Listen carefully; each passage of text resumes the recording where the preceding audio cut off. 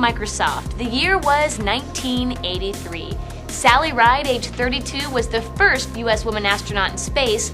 The final episode of MASH aired with over 120 million viewers, and Kodak produced 8 million disc cameras during the first year of production. But the year 1983 proved to be one of dramatic changes for Microsoft.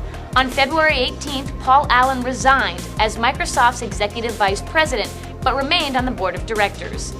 A few weeks later, on March 9th, 1983, Microsoft introduced MS-DOS 2.0. Now, as they rolled into the month of May, Microsoft introduced the Microsoft Mouse. It was a low-cost handheld pointing device for use with the IBM PC, as well as any other MS-DOS-based personal computer. I mean, for the first time, we hired a salesperson, and we hired a finance person, and so we had some new categories of skill that were things that I had essentially done, but that were more demanding now.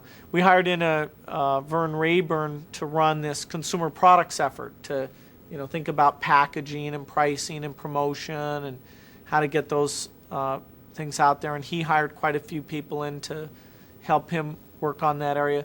So the development group, which has always been sort of the core of Microsoft, there it was the same kind of person coming on board, but the company had more aspects.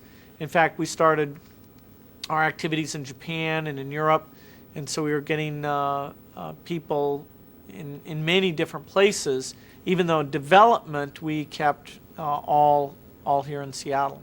Our hiring was always focused on people right out of school. We had a few key hires like Charles Simoni that came in with experience, but most of our developers, we decided we wanted them to come with clear minds, not polluted by some other approach, and learn the way that we liked to develop software and put the kind of energy into it that we thought was key.